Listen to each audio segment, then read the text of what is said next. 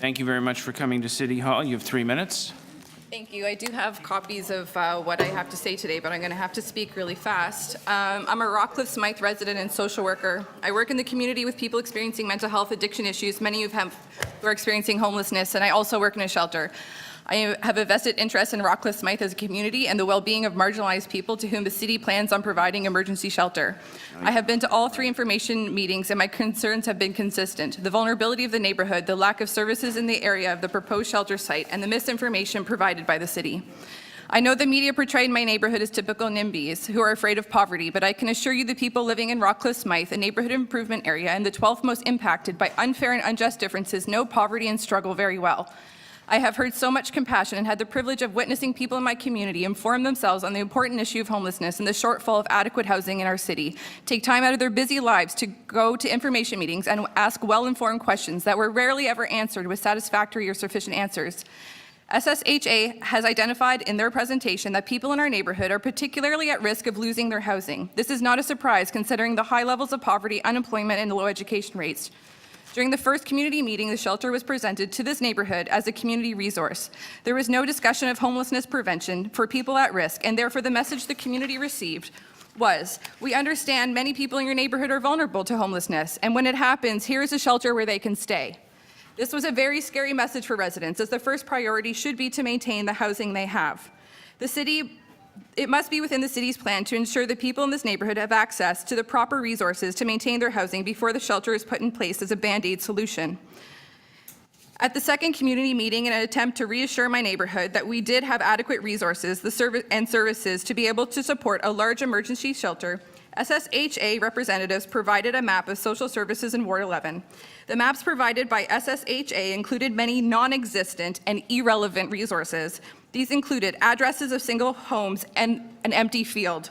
I have pictures for your reference. Co-op housing, elementary schools and daycare, city-owned multipurpose rooms, co-op housing, and resources that are actually downtown.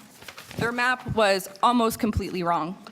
Perhaps the most concerning was the misplacement of the Syme-Woolner Neighborhood Association, which is a service that does specifically address the needs of people experiencing homelessness. Gordon Tanner referenced this exact service as a resource the shelter would use and spoke about it as if it was housed in Rockcliffe Smythe just minutes before I spoke to the discrepancies found in the map. The Syme-Woolner Neighborhood Association is actually at Eglinton in Caledonia, a 1-hour walk away from the proposed shelter site. These mistakes are not acceptable and made me further concerned about the competencies within SSHA to use best practices to pick appropriate shelter sites and the possibility of willfully misleading the public. The question remains in many minds, what else did they get wrong? I have provided the committee with a map provided by SSHA and the one that I completed with the aid of Councillor Nunziata's office for your reference so that you can see the differences. Here they are here. People on Ontario Works and staying in shelters get less than $34. If you could wrap up, please. Okay. It's not acceptable to expect that they're going to pay transit fares. What's the city going to do when we phase out tokens and move to Presto? It is my suggestion that the committee recommend the shelter be deferred so that SSHA has the time to come back to Rockcliffe Smythe neighborhood with a revised and transparent plan endorsing correct information and where the community has been consulted. There are lots of improvements that need to be made in our neighborhood before we could support a large shelter. Another option would be to consider the few resources we do have. Okay. Thank you very much. Councillor Nunziata, questions for the deputant? Yes, as far as the maps that you provided, if we can give them to the staff and so members of the committee, yeah, they'll come and get it, yeah. So could look at it because in fact, you're correct, the map that the city had posted, all the locations were incorrect, not only in my ward, but as well as Councillor Doucette. So you work with the homeless. I do. And in what capacity? I'm a community support worker and I also work in a shelter. Okay, and what shelter is that? I work in a domestic violence shelter. Okay. But the people I support in the community are often staying in shelters. I work on an ACT team.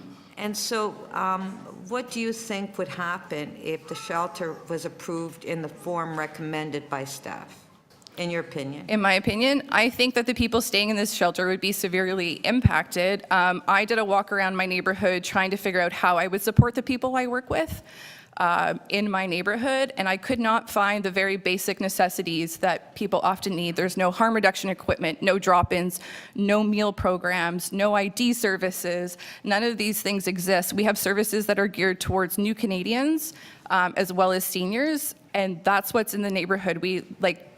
the city is talking about, oh, people aren't going to loiter, but where do you want them to go? Where are they going to get a meal when they miss the meal that was planned at the shelter? You know, they're talking about giving them tokens. What are you going to do when TTC phases out tokens next year and goes to Presto? Like, have these things been considered? Okay. Now, talking about TTC, you've lived in the area how long? I lived in the area for 2.5 years. 2.5 years. Okay, so as far as transit in that area, and you know the area well, we have transit on Runnymede. Yes. Which bus runs every half hour, but on St. Clair. The bus does is run it more not- than every half hour during the day. It's, Yeah. it's in the evening that it's an issue. Right. So, but on St. Clair, am I correct to say that from Guns Road to Jane Street, we don't have transit on St. Clair? Yeah, we don't have one bus that goes straight across. You'd need to take two. Right, so it is a problem with transit in Yeah. that area. Okay, thank you. Thank you. Thank you. Thank you, Thank you, Councillor Nunziata. Any other questions for the deputant? Councillor Burnside? Thank you. Just a quick question. Sorry, you mentioned your background at the offset. What was that again? I'm a social worker. I have an MSW. And I provide supports to a lot of the guys that are staying in our shelters downtown, including Seton House and Maxwell Megan. Okay, thank you. Yes, Councillor Fletcher? Were you able to look at some of the suite of options that have been added to a shelter, such as the Cornerstone Shelter when it moved from one location to another, entire suite of support systems? Have you reviewed those? I haven't reviewed those, but I have heard the city's plan to, I'm not asking you if you reviewed those particular, the suite of enhancements and, people don't get well and thrive in shelters. They do that in communities. They need to be integrated into the community. I bet you haven't reviewed that. Your answer is No, I'm not familiar with that shelter. thank you. Any other questions? Thank you very much.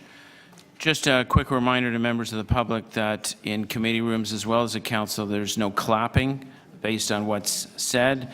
We strongly recommend members of the public, if they are in approval, to wave their hands in the air.